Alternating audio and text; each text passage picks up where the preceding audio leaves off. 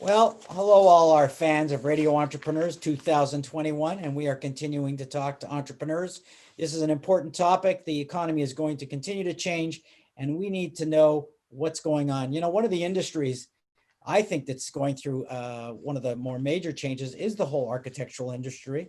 And I'm glad that today we're joined by Dennis Swart, president of DJSA Architecture. Welcome. Hi, Jeffrey. How you doing? Thanks for having me on. I appreciate it.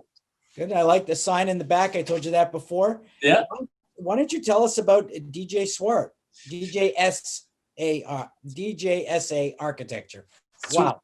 It's okay. It's a lot to spit out there. So we're an architectural firm located south of Boston in Raynham, Mass. We focus primarily on commercial architecture, and that is spread out among a few different market sectors: hospitality, office, corporate. And in that sector, it's more tenant fit outs and renovation work. So we also focus on industrial work and multifamily. So we have a pretty wide variety of work that we work on here, and that has served us really well, especially over the last 11 months. Our hospitality was probably about 30% of our business prior to COVID. And we had two large hospitality projects that got shut off in March, early April. So that 30% of the work went dry, and that's sort of reflected in, this past 2020 earnings.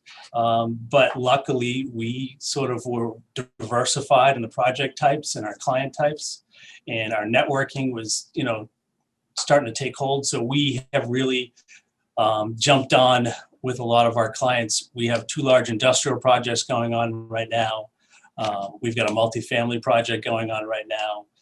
So we've got some good stuff on the books, which is nice. And I think that has really helped us out over this last year. One of the things I've thought about over the last year and a half was, a lot of my competition, a lot of my friends from school have really found a niche in the design industry of what they do.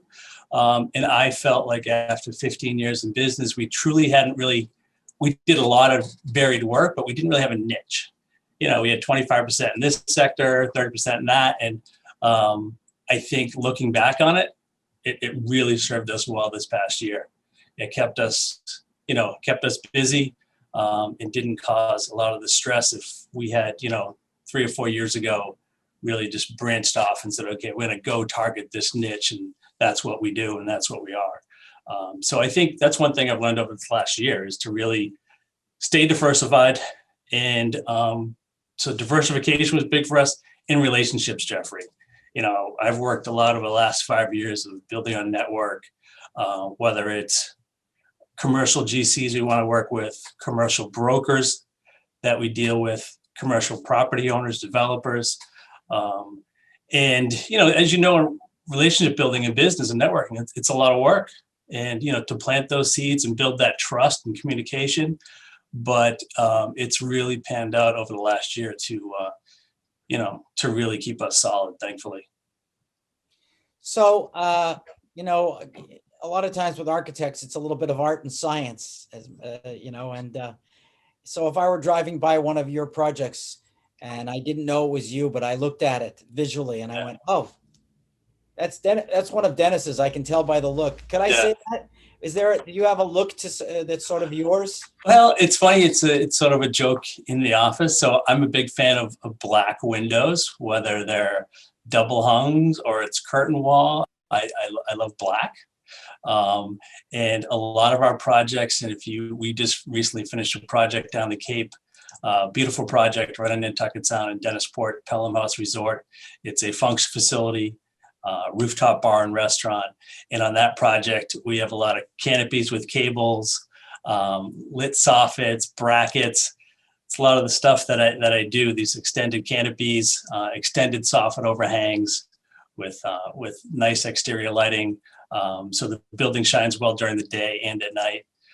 So those are probably my catch-alls. I get laughed at in the office because I'm doing a quick sketch. I always seem to add a canopy to it or bracket to it, and my color schemes sometimes end up being the same. So those are things you could probably look for and see a building and go, geez, if you see that stuff on a building locally in Eastern Mass, you might say, geez, 50% chance that Dennis might have had his hand in that. Right. Well, that's nice. And you made it sound like, and I felt like I was looking at it as you described it. Yeah. Well, Uh, that's good. so what year did you start the firm? I started the firm in 2004. So I had worked for 12 years for a few other architects, and started up from the ground up, right out of school and running prints to, as a project architect before I went out on my own. I was licensed before I went out on my own, and then I was doing some side work in 2004, and I always wanted to have my own business. I think even when I was in architecture school, I wanted to run my own firm. So 2004, the opportunity sort of presented itself. Like all these opportunities do, it's a big leap of faith. I had a few moonlighting jobs, and I'm like, you know what? Got to start sometime. So I've never looked back. We've grown slow and steady. It's really, for us, it's about, building those relationships over the last 15 years. As an architect, did you have a mentor or someone who inspired you in the profession? It's funny. It's a good question, Jeffrey. In architecture, I would say I can't think of one. My mentor that got me into architecture was really my dad. My dad was a residential builder.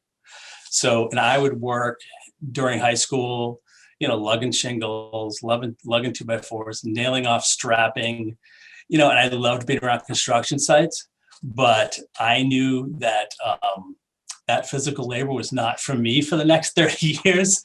But I loved, there's a set of plans on site. I loved pouring through the set of plans, even though I couldn't really read it at that point. So that's what sort of introduced me to about, hey, people actually design these things for us to build them. Someone creates a plan that has dimensions on it, and someone actually builds by it.